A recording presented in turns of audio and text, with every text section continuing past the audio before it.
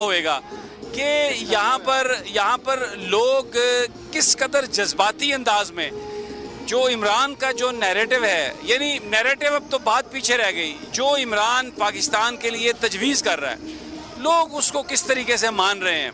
अवैस इतना जोश व खरोश, हालांकि यहाँ पर राना सनाउल्लाह, आबिद शेर अली, चौधरी शेर अली, ये सेंट्रल पंजाब का वो इलाका है जहाँ पर नून लीग बहुत ही स्ट्रॉन्ग थी।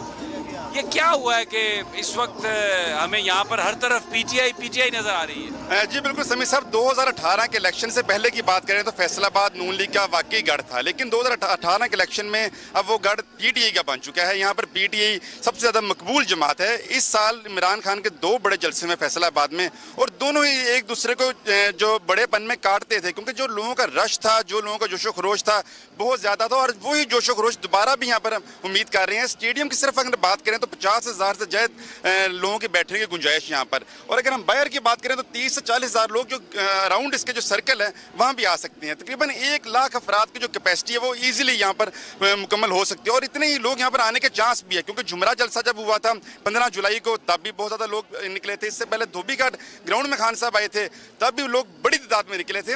वो जो एक तासुर था। एक सवाल 25 मई को काफिले यहाँ से भी निकले, लाठीचार्ज, आंसू गैस, गिरफ्तारियां।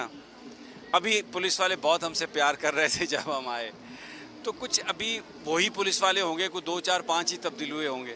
आप उनसे मिलते हैं, आप उनसे बात करते हैं, तो कुछ इस बारे में बात करते हैं कि क्या कुछ वो फील करते हैं कि यार हमसे ज़्यादती हुई, या हमें वो अहकामात जो हमने माने और निहत्ते लोगों पर हमने बारिश की, लाठियों की और शेलिंग की, कभी उनसे बात हुई? समीर साहब, 25 मई के जो वाक़ये की बात कर रहे हैं, उसके बाद जिन पुलिस अफसरान से मुलाकात करते रहते हैं, पुलिस के दीगर एहलकारों से, तो ये वही लोग हैं जो सवाम से निकल के इस फोर्स में गए हैं। तो वो कहते हैं कि हम नहीं चाहते थे कि हम अपने लोगों पर जुल्म करें, इन पर लाठियाँ बरसाएं, गोलियाँ इन पर बरसाएं, लेकिन एक फोर्स है, ऑर्डर मानना पड़ता है। लेकिन वो कहते हैं कि हमें शर्मिंदगी होती है। और अगर हम लाठियों की बात करें तो फैसलाबाद पुलिस ने उस दिन किसी हद तक जुल्म कम रखा as compare to other cities police, Lahore या मियाँ। जुल्म हुआ लेकिन थोड़ा कम जुल्म, जी थोड़ा कम जुल्म हुआ है। इन्होंने कुछ नरम गोशा था। सिर्फ एक वाकया हुआ जिसमें सब इंस्पेक्टर आबिद जट ने पिस्तौल तान लिया था एक खातून पर पीटी। आप कितनी आसानी से कह रहे हैं सिर्फ एक वाकया हुआ।